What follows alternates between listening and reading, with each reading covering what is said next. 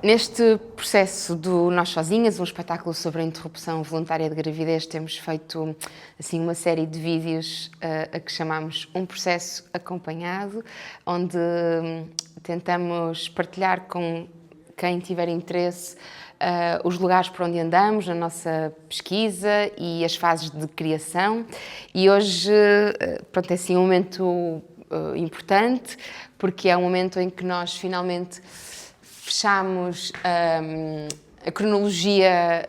o esqueleto do espetáculo. Não é bem uma cronologia porque não segue uma ordem cronológica, mas no fundo é assim, não está uma única palavra escrita, mas já existe espetáculo e pelo menos qualquer pessoa da equipa que entra aqui consegue ler estes papéis na parede e perceber que começa assim, vai passar por estas zonas, depois acontece aquilo e há de acabar assim. Então, aqui atrás é uma espécie de código de tudo o que vai acontecer no espetáculo. Agora, pronto, vou começar a escrever e isso também vai fazer com que a escrita dite se seguimos de facto isto ou se há cenas que se alteram, cenas que nós achávamos que eram várias e afinal é só uma, que se resumem apenas a uma única frase,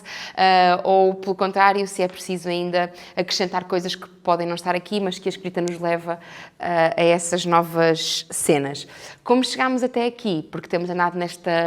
pesquisa, nós desde o início, e quando digo nós, falo sobretudo da Inês Sincero, assistente de encenação, e da Andreia Peniche, que é a coordenadora de pesquisa, definimos, porque o tema era muito vasto,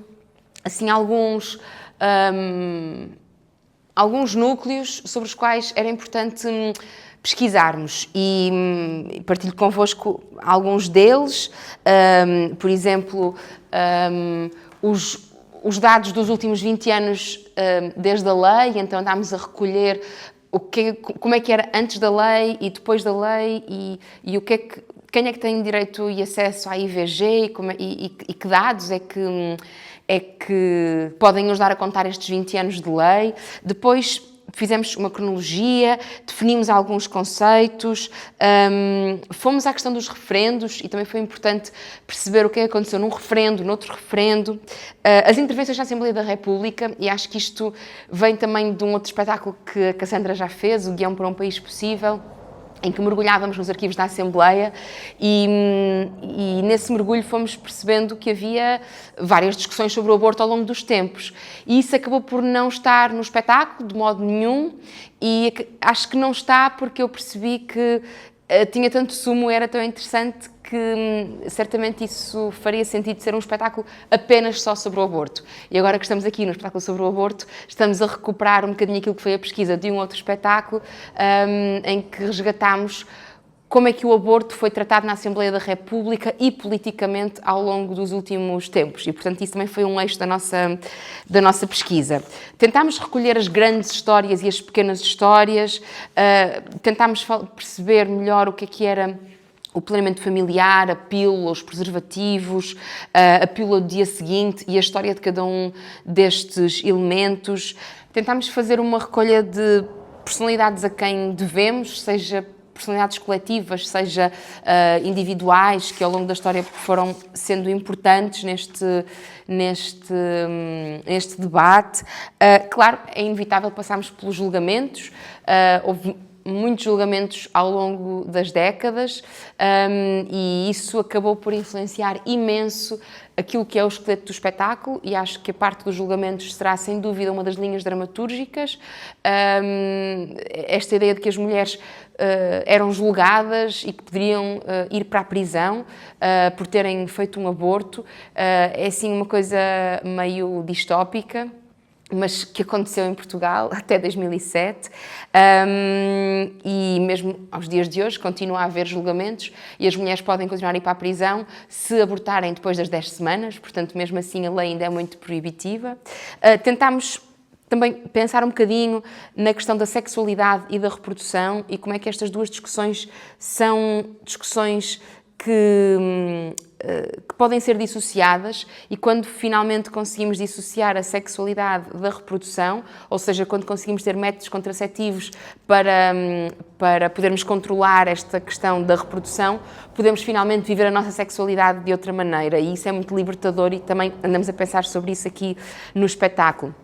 Questões de classe, isto para mim é assim uma questão muito transversal quando se fala da IVG, e também acho que é por causa das questões de classe que demorou tantos anos a que esta questão ficasse mais resolvida na sociedade. Porque o aborto sempre existiu, as pessoas sempre o fizeram, só que as elites, as pessoas burguesas e as pessoas ricas faziam-no de forma segura, pagando, seja em Portugal, seja no estrangeiro, a quem o fizesse, e estavam protegidos porque não iam presos. E as mulheres pobres eram, de facto, quem sofria mais com isto, quem não tinha dinheiro para ir a essas clínicas e quem tinha mesmo de fazer numa clandestinidade, de vão de escada, colocando a sua vida em risco, e morreram demasiadas mulheres.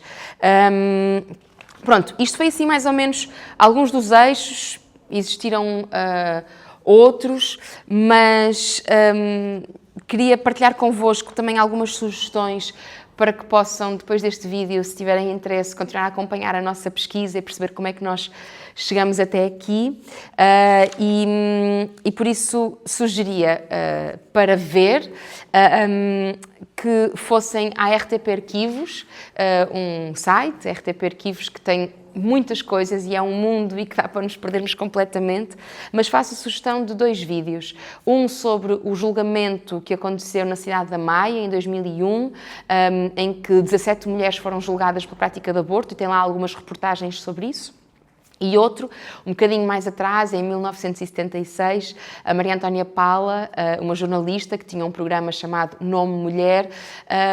resolve fazer um programa dedicado à questão do aborto clandestino. E filma mesmo um aborto a ser feito, uma clínica que fazia aborto, e isso acabou por lhe dar direito a um processo em tribunal, e ela própria também foi acusada e julgada por ter mostrado um aborto. Para ler, recomendo o livro Feminismos, da Manuela Tavares, que está ali no meio daqueles livros e que eu me esqueci de trazer para aqui para vos mostrar. É um livro muito extenso, muito denso, e, no fundo, é a grande história do feminismo em Portugal, com uma vasta cronologia e com uma enorme bibliografia. É uma espécie de uma bíblia para o feminismo e para qualquer questão relacionada com a história das mulheres. A propósito disto, recomendo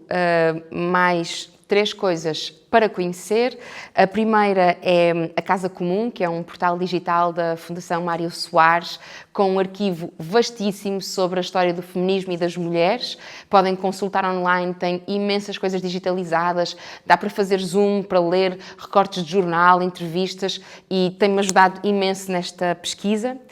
Sugiro que conheçam e que sigam também o trabalho da UMAR, uma associação que tem muitos anos, tem feito muito por todas nós, e no caso dos direitos reprodutivos tem feito um longo caminho. E, por último, recomendo que conheçam, que sigam, que procurem um outro espetáculo de mais 3 criadoras que estão também a trabalhar sobre a questão da interrupção voluntária da gravidez, que eu descobri há muito pouco tempo, já eu estava em processo. É um espetáculo da Inês M. Dias, da Francisca Moreira e da Carolina Andrade, e se primeiramente até nos deixa um bocado ansiosa a pensar que há outras pessoas que estão a trabalhar sobre o mesmo tema,